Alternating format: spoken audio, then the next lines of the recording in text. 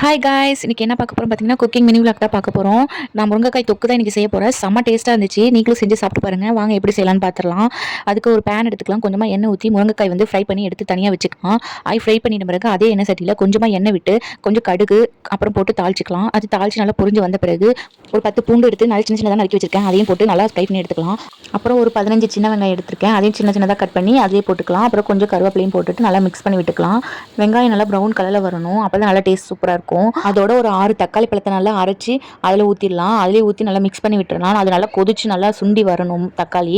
அப்புறம் ஒரு லெமன் சைஸில் புளி எடுத்து கரைச்சி வச்சுருக்கேன். அதையும் அது கூட சேர்த்துக்கலாம். சேர்த்து நல்லா மிக்ஸ் பண்ணி விட்டுட்டு மிளகாத்தூள், குழம்புத்தூள், மல்லித்தூள், ஜீரகத்தூள், கொஞ்சமாக மஞ்சத்தூள் அதெல்லாம் சேர்த்துட்டு அப்படியே மிக்ஸ் பண்ணி விட்டுறலாம். நல்லா கொதிச்சு இந்த பச்சை வாசனைலாம் போன பிறகு அப்புறம் நம்ம வதக்கி வச்சுருந்தோம்ல முருங்கைக்காய், அதையும் அது கூட சேர்த்து நல்லா மிக்ஸ் பண்ணி விட்டுறலாம். அப்புறம் தேவையான அளவு உப்பு அதில் சேர்த்துக்கலாம்.